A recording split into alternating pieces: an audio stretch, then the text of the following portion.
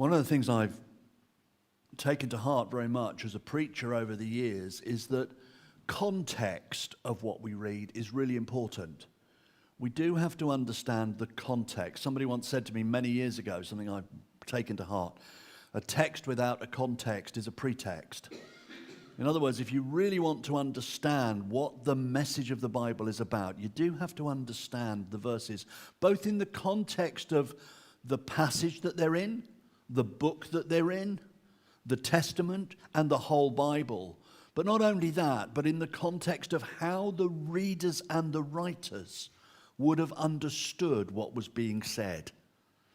Because the context of the readers and the writers is very, very important. And I think it's important at the start of what I'm about to say this morning to say that as we start exploring these two verses, that's all I've got this morning, verses 9 and 10 of 1 Peter 2. As we start exploring those two verses that speak of privilege and position, I think it's important to realize that Peter goes on in verses 11 and beyond to talk about the responsibilities and the duties that those privileges and position brings to us. Peter is not in this passage that we're going to look at, these two verses that we're going to look at, seeking to inflate our egos or to make us arrogant. He is reminding his readers of what God has done and who they are in him, because he knows that God wants certain things to follow from that understanding. And I'd encourage you as you go away this morning, I want you to go away encouraged. I want you to go away thrilled at what God is doing. But I want you as you leave here to take with you a sense that that brings a responsibility. And I'd like to encourage you to read what follows in verses 11 and beyond, perhaps in your private study, so that you can take what we look at this morning and ask yourself the question, what does this mean for me living in Swanwick, Fareham, Parkgate, wherever you are in this 21st century? How do I live out the reality of what we've shared this morning? Why do I exist? What am I here for? From the beginning of time, man has been looking for the reason for his existence. And I think that's one of the most common questions that people ask from a very young age. Why do I exist? What have I been created for? What is my position in this world? If we just take verses 9 and 10 in isolation, they start with two very simple words. They start with the words, but you. But you. That's why I took the context before, because Peter is making a distinction between those to whom he is writing and those he has been speaking about in the preceding verses who aren't reading this. I want to tell you, says Peter, about these people, but you, and those people in those earlier verses haven't recognized who Jesus is. They don't understand who Jesus is. They haven't really got an appreciation of why he came. And actually, they find him a stumbling block. He's a problem. They don't really want to know anything about this, because if we let this man have influence on us, well, it's going to cause us all sorts of problems in the way that we want to live. He's a stumbling block. He's going to get in the way of what we want in life. But, says Peter, but you are a chosen race, a royal priesthood, a holy nation, God's own people.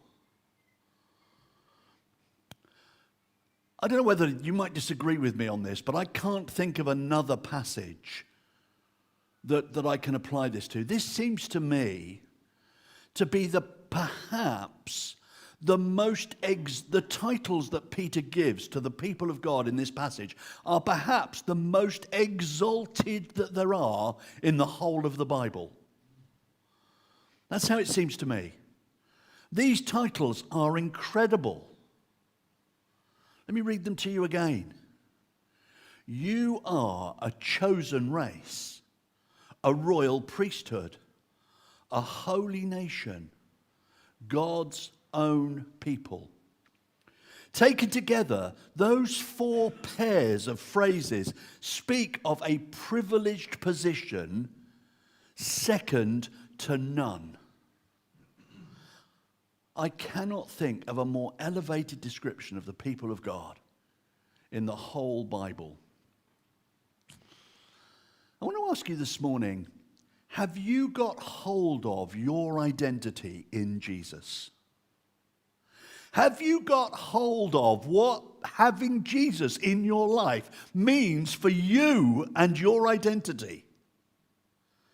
If you are a follower of Jesus today, then you are chosen by God, you're called by God, you're set apart by God, and you are invaluable. Wow. Peter says, you are a chosen race. I think these two detailed sentences bring to a close the first section of Peter's letter, and they contain a huge amount of information about what it means to be a follower of Jesus. They tell us, as Christians, who we are and what we are here for. When I share my testimony of how I became a Christian, I often use a phrase that actually might seem a bit odd. I often talk about giving my life to God. But Peter here reminds me why I use that phrase. Because he says, you are God's possession. Peter wants his readers to understand that if we have come to Jesus, we are a people within a people, a category set apart, a subset in the office, in the town, in the family, among our group of friends. We are people with an exalted status, a privileged position. But did you notice that we are set apart like that with a purpose?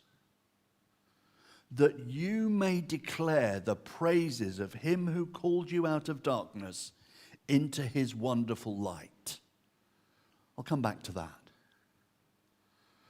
So what we see in verse 9 is that if you are a disciple of Jesus Christ, then this is you that he is describing. You are set apart, you are precious, and you are called to proclaim all that he has done in your life. Those who have received the words of Jesus and have been obedient to Jesus, trusting him in faith, have been born into the family of God. And as newborn children, we are part of God's holy temple. We're part of a chosen race. We are a royal priesthood. We are set apart as priests in God's service. This sentence is just absolutely brilliant. Peter takes two descriptions from Isaiah 43, where God promises to do a new thing, tells his people Israel that he's going to do new things amongst them that are different to the old things that he did. And he sandwiches in between it the very beginning work that he did when he released his people from slavery. It seems to me that what Peter is saying here in this passage is that everything Israel was intended to be, you who follow Jesus now are. In other words, everything that was said about Israel in the Old Testament and what God was going to do with Israel is now about you. You are a part of his elect race. You are a royal priest. You are a part of a holy nation. You are his pride and joy. So let me unpack that a little for you to try and help us understand it.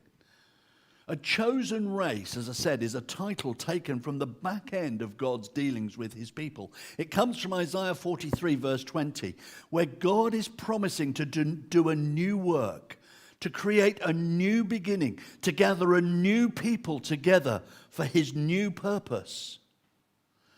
And this new people that he is going to be calling together are both elect, chosen by him, and select.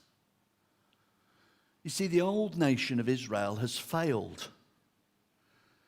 God made promises through them and gave them responsibilities, and, well, it failed. So God says he's going to start again. From the rubble, he's going to call a new nation. And this new people is to be brought in through a new exodus, a whole new beginning, a new rescue. And then we have a royal priesthood, a title lifted from the beginning of God's dealings with his people in Exodus chapter 19, verse 5, where God's original people have been rescued from slavery in Egypt. And God determines that those he has rescued are to be people who are to be his very own kingdom of priests. Those two words, royal priesthood, they're very descriptive, aren't they?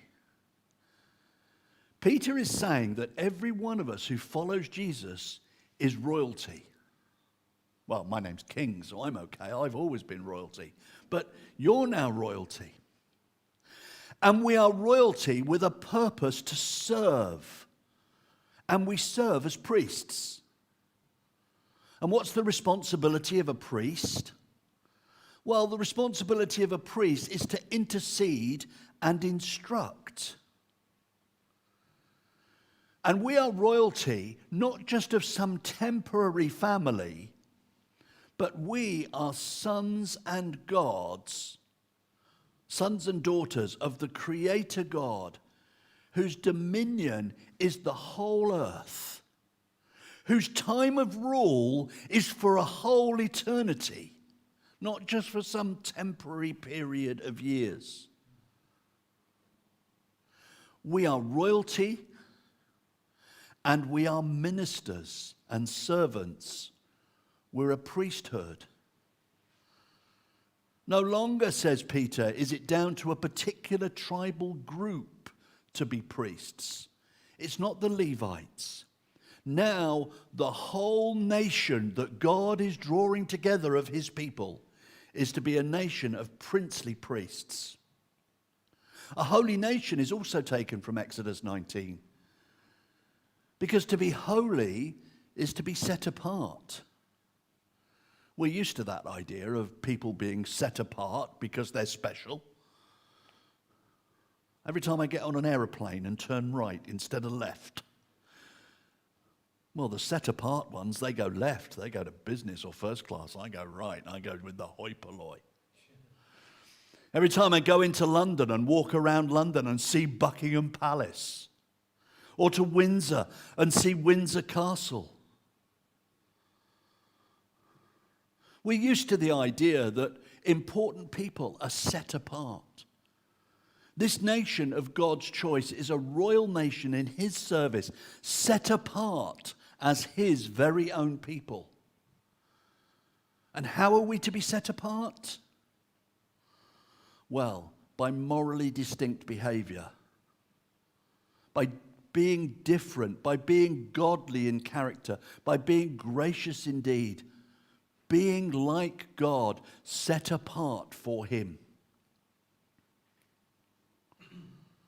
And the final descriptive pair, a people of his possession, goes back to Isaiah again and again, the back end of God's dealing with his people. To be God's possession is to have been purchased by him for his own use. To be God's possession is to have been created and recreated as his pride and joy.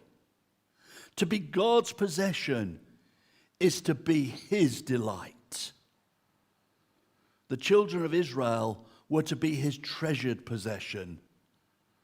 And in the new creation, his people are his precious possession.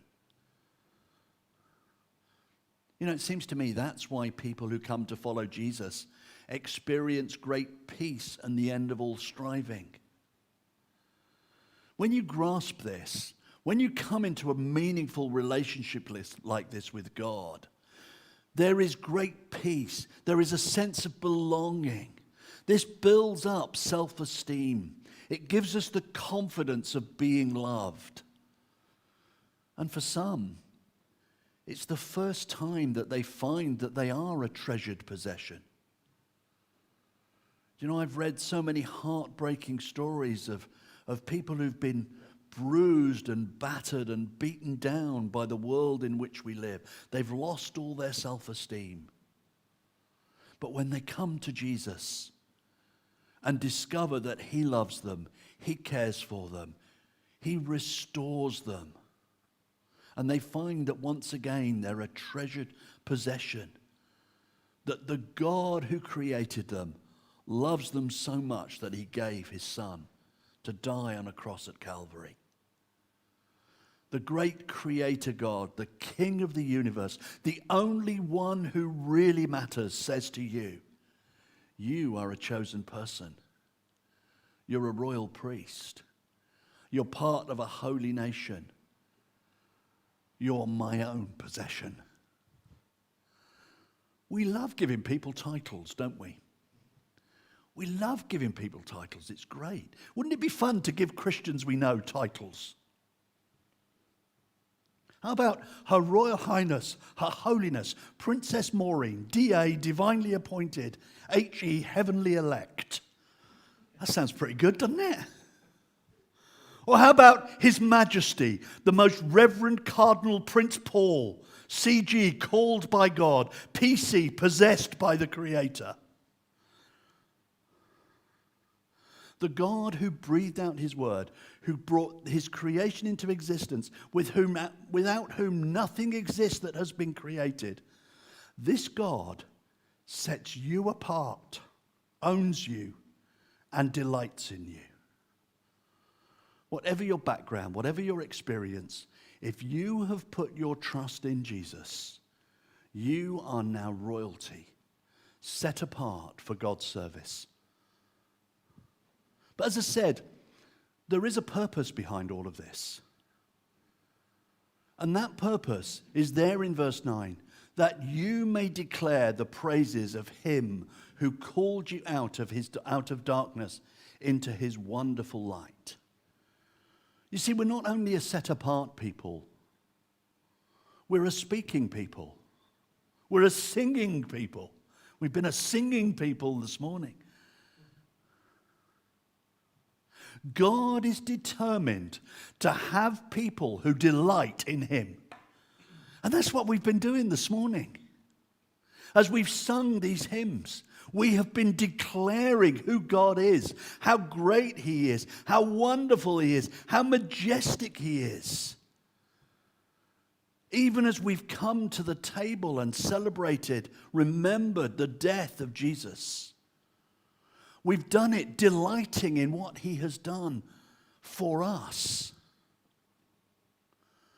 God is determined to have a people who delight in him.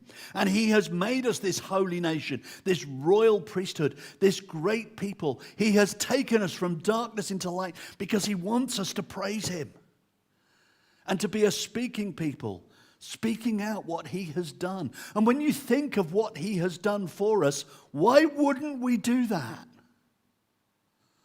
The word to proclaim is out-announce, to declare out entirely.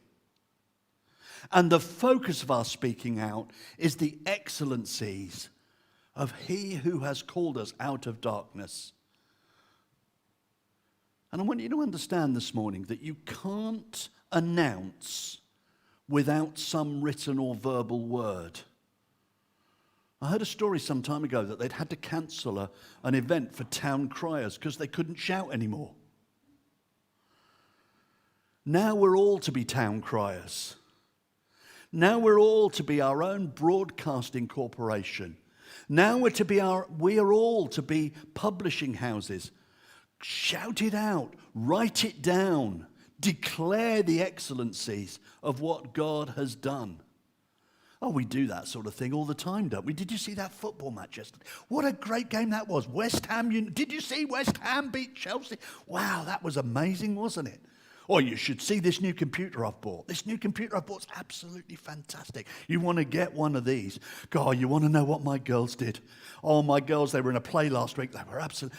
We're great, aren't we, at declaring the excellencies of things around us, the products we buy, the sports performances that we'll remember forever. We're an amazing sales force for those things. When it comes to Jesus and what he has done for us, Peter says, when you think about what he's done for you, speak it out, write it down. Tell of his excellencies. Tell of what he has done, how he has taken us with all our baggage, all our grime, all our dirt, and made us into a royal priesthood and a holy nation. And we are his delights. I don't think I can shout loud enough. What wonderful truth about Jesus will you boast about today? What's going to get you so excited that you can't wait to tell someone else? Verse 10 takes us in a fascinating direction. Peter is quoting Hosea 2, which refers to Israel as the bride of God. But here he uses this verse, as does Paul in Romans, to show that the things previously promised to those genetically related to Abraham are now available to everyone. Peter is looking, when he writes 1 Peter, to an audience of people scattered across northern Turkey from different regions, different worldviews, different philosophies, who are now the very people of God brought together as a single nation. And as I look around this room, I'm pretty sure that this room is full of people from different backgrounds, from different countries, from different experiences. And yet, as we sang in that great song that we sang, didn't we? We've all come together as one, united as one people, loving each other as a single nation. And I think it's a good idea. I think it's great that we have that verse 10. Let me find it. Because it reminds us, once you had not received mercy, but now you have received mercy. You see, if we are tempted to start thinking elitely or superiorly, is that such a word? If we are tempted to have our egos raised and to think as us as superior or elite in some way, then we need to remember that we are welcomed in on the basis of mercy. It's the grace of God that has brought us into this relationship. It's not something we deserve. It's not something we've earned. It's not something that we merit. All our histories are different. And I can speak for myself, and I suspect I can speak for everyone in this room. We all have things that we hope no one ever finds out about us. You see, we don't deserve this. We could never achieve it. But now we have this privileged position. As you walk out of here today, if your faith is in Jesus, then know this: whatever your past, whatever your background, whoever you are, if you are a follower of Jesus Christ, you are a member of a chosen race. You are a royal priest and part of a holy nation of God's own people.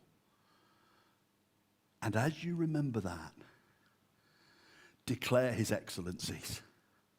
Tell the world that they too can become a part of what you're a part of and what I'm a part of.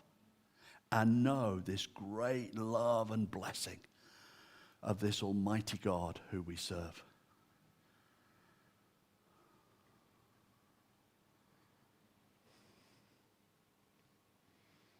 We're going to sing again.